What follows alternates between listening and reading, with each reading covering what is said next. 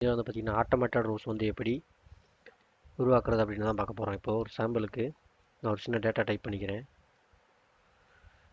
இப்போ serial number இந்த மாதிரி போட்டு எப்பவுமே ட்ராக் பண்ணி இந்த மாதிரி இழுத்துட்டோம் அப்படின்னா அந்த சீரியல் நம்பர் வரும். அதுதான் நம்ம காலங்காலமாக பண்ணுறோம். அதில் இப்போது சும்மா ஒரு சாம்பிள் டேட்டா டைப் பண்ணிக்கிறேன்.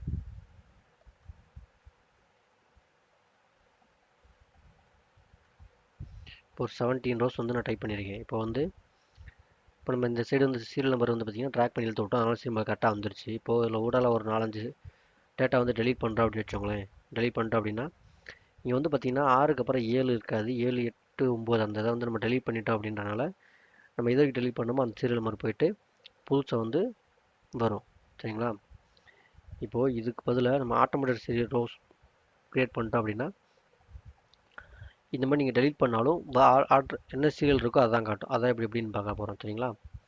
இப்போது எல்லாத்தையும் டெலீட் பண்ணிவிட்டு ஆட்டோமேட்டட் ரோஸ் போடுறதுக்கு என்ன பண்ணணும் அப்படின்னா ஈக்குவல் டு போட்டு ரோ அப்படின்னு டைப் பண்ணிக்கோங்க. டைப் பண்ணிவிட்டு ஜஸ்ட் ஓப்பன் ப்ராக்கெட் மட்டும் போட்டுட்டு இதான் ரோ. இதில் வந்து நம்ம கவுண்ட் பண்ண போகிறோம். அதனால் இதே கிளிக் பண்ணிவிட்டு ஜஸ்ட் என்ட்ரு மட்டும் தட்டிட்டீங்க அப்படின்னா ஒன்றுன்றது ஆட்டோமேட்டிக்காக வந்துடும். அதுக்கப்புறம் எப்பயும் போல் ஜஸ்ட் ட்ராக் பண்ணி இழுத்துக்கிட்டே இருங்க. உங்களுக்கு எந்த சீரியல் நம்பர் வரைக்கும் வேணுமோ அது வரைக்கும் ட்ராக் பண்ணி இழுத்துகிட்டே போயிட்டே இருங்க. அது மாதிரி வந்துடும். அதுக்கப்புறம் டேட்டான்னு சும்மா ஒரு சாம்பிளுக்காண்டி உங்களுக்கு டைப் பண்ணிக்கிறேன். கரெக்டாக 16 வரைக்கும் இருக்குது. சரிங்களா? இப்போது மறுபடியும் பார்த்தீங்கன்னா 5 to 10 வந்து டெலீட் பண்ணுறேன். இப்போ பாருங்களேன், கரெக்டாக அந்த 5, 6, 7, 8, 9, 10 கரெக்டாக இருக்கும். இதுதான் வந்து பார்த்திங்கன்னா ஆட்டோமேட்டட் ரோஸ். வீடியோ பிடிச்சிருந்தால் லைக் பண்ணிடுங்க. வீடியோ பிடிச்சிருந்துச்சுன்னா லைக் பண்ணிடுங்க.